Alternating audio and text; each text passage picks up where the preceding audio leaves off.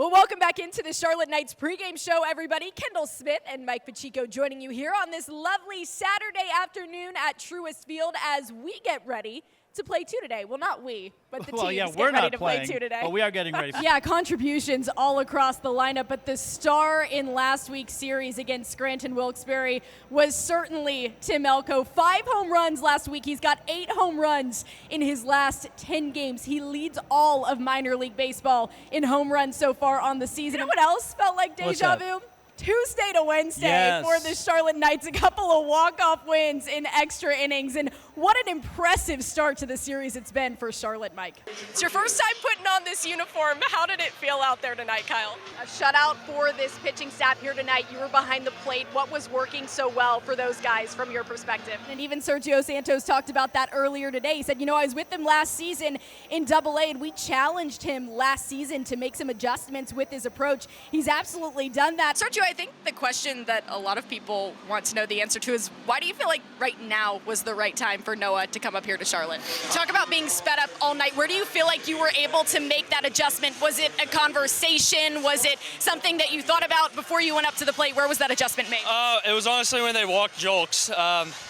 Usually it means they like the matchup with the guy on deck, so when they said they walked jolks, they pretty much gave me a little edge on my shoulder. I spoke with Zach DeLoach earlier today, and he said this group has just been so much fun to play with, and you can sense that out there. There's a really good dynamic and chemistry. You talk about limiting those distractions. What do you feel like the best practices are for that for you on a day in, day out basis? Well, Kyle, what a night for you offensively and behind the plate as well. 3 for 4, your first multi-homer game as a pro. Just what led to such a dominant night for you offensively? You know, it's interesting, Mike, because when you're in those situations, you really got to dial in there. And there's a lot of pressure on you. And I just asked him, how do you handle that? And he said, you know, you really just tap into your abilities. You trust in the work that you put in every single day here at the ballpark. That's what he did. He struggled at the plate a little bit earlier on in the night, but he came up when it mattered most for Charlotte. And we were just talking about the pitching matchups. How about the pitching in last night's game? 6 2/3 innings.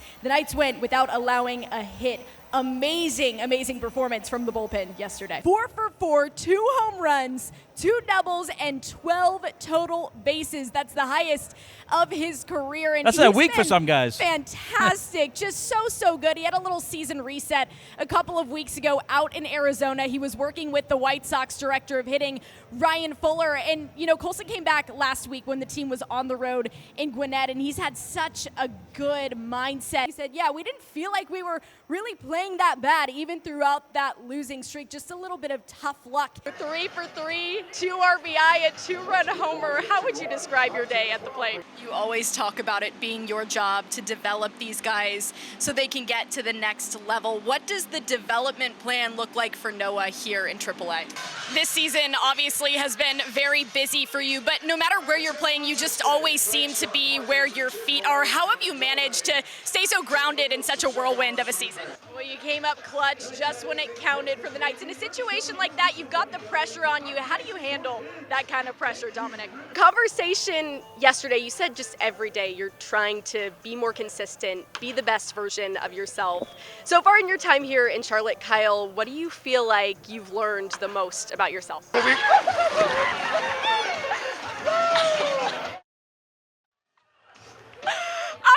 Corey Jones! Amazing! Sorry. Congratulations! Thank you.